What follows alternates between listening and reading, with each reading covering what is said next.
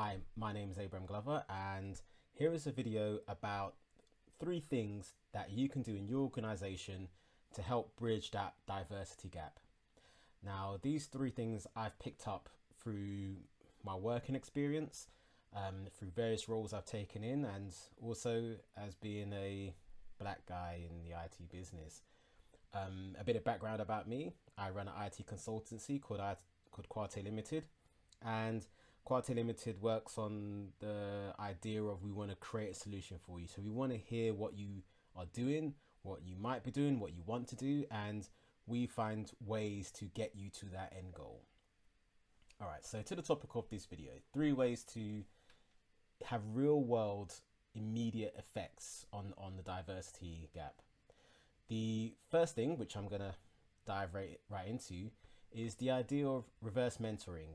Now, reverse mentoring is when you have somebody of a minority ethnic background mentoring somebody high up in the business that needs to understand what it is about, what it's like, how policies affect people of color, how the experience for them work. So in a normal mentoring scenario, you will have an experienced person taken through a junior person to help progress their career.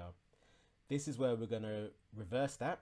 So we have somebody who may not be more experienced work-wise, but is experienced in the experience of being a black person, a colored person in an organization, and they have to then translate that back to the leadership. Reverse mentoring is good because firstly, it helps to build those networks where people who usually get stepped over for promotion, all the minority ethnics, Asian, from the subcontinent, from Africa, from the Caribbean, from the Far East, all these different minorities, they'll have a chance to connect to the policymakers, to the people higher up the chain, which tend to be European and white. So it helps to bridge that gap, for one. For 2, it helps to bridge the misunderstandings that can arise, or the failure to understand.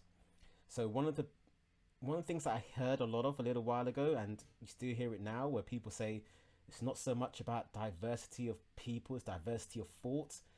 That is a cop-out, because you cannot put yourself in somebody else's shoes or change your thought patterns if you have no concept of that thought or idea. So this is a way of literally trying to bridge that gap, and in time we'll see people coming through. So the first element, and there's some great resources out there on reverse mentoring, is reverse mentoring. So that's topic number 1 and tip number 1. Okay, so the second point is looking at your recruitment. So this one is probably a little bit trickier, but it can give immediate effects. When you're putting together a role or you're designing a person specification, really think about what is needed to achieve that function in your business. Don't go down the traditional routes of just creating a application form, just asking for a CV and giving it to your usual agencies or your HR department to then put out.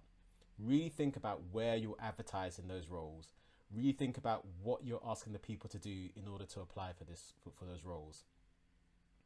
Bear in mind that if you are asking for a CV and you ask for a CV that has chronological order with no breaks in that CV, and those are things you're doing during your assessment, think about who that may be affecting.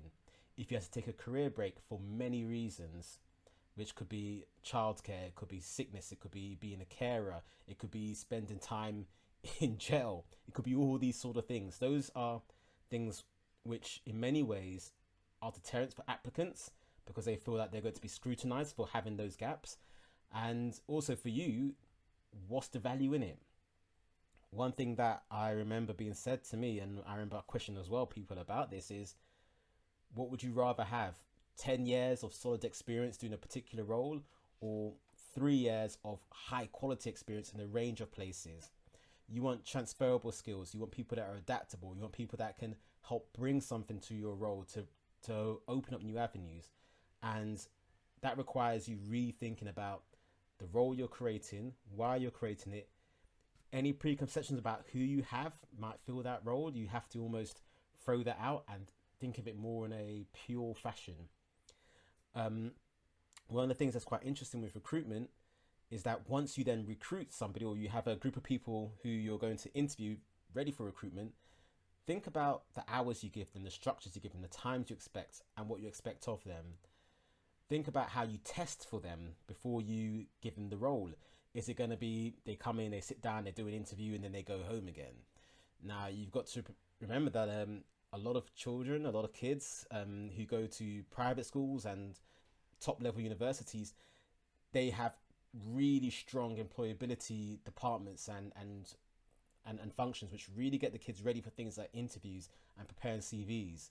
That doesn't necessarily mean you're going to have the right person for that role you're creating. It means you have somebody who is really good at applying for that role and saying what you need to hear. So again, look beyond all the normal markers of this seems like a good candidate.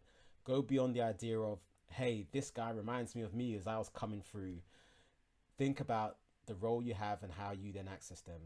A key thing which I want to say on the recruitment side of things is age discrimination is a thing. When you say something like, I'm looking for a graduate, are you actually saying you're looking for somebody who has a degree, or you're looking for somebody who is 21, 22, who you can pay less, or you think you can mold to fit into your business more, or who you think might be more inclined to do things your way?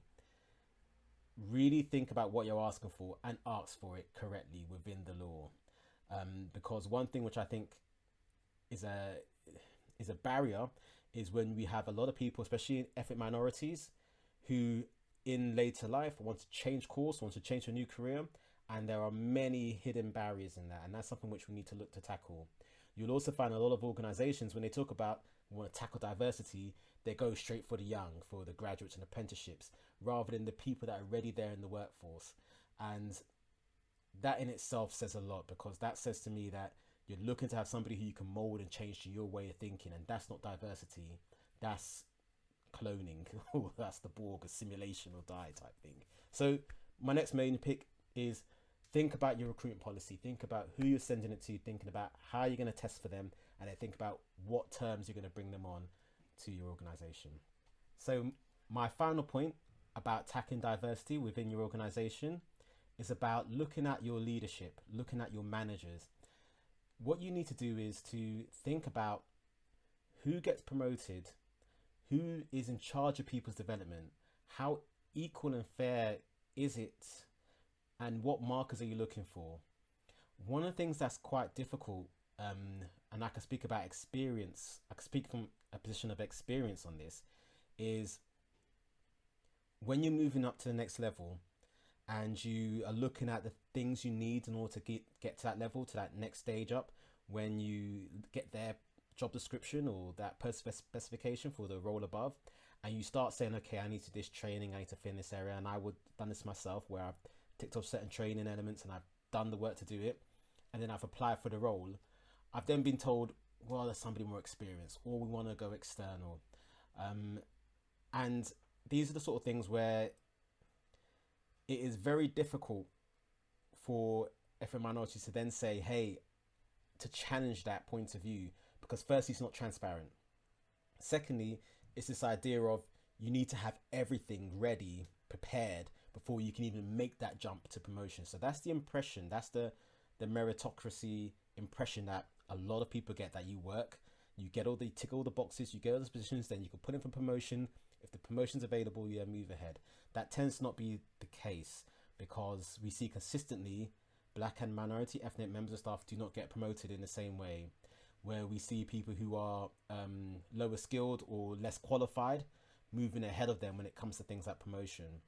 So the question is, you need to really take a step back and say, hey, why is it for some we are looking at them completing a whole range of competencies before we consider it, and for others we look at their potential for them to complete the role and we move them into it?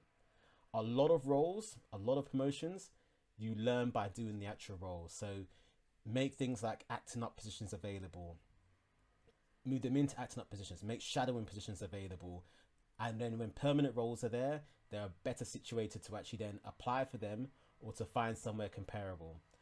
When it comes to staff, and this is something which goes throughout all staff management, something which I really push, is this idea of coaching your staff members and coaching your team to become better at what they do, to become the best at what they do, to the point where they can then decide of, hey, I need to take your job, or B, I need to go somewhere else to get that area. And then if they decide to move somewhere else, you support them in that transition.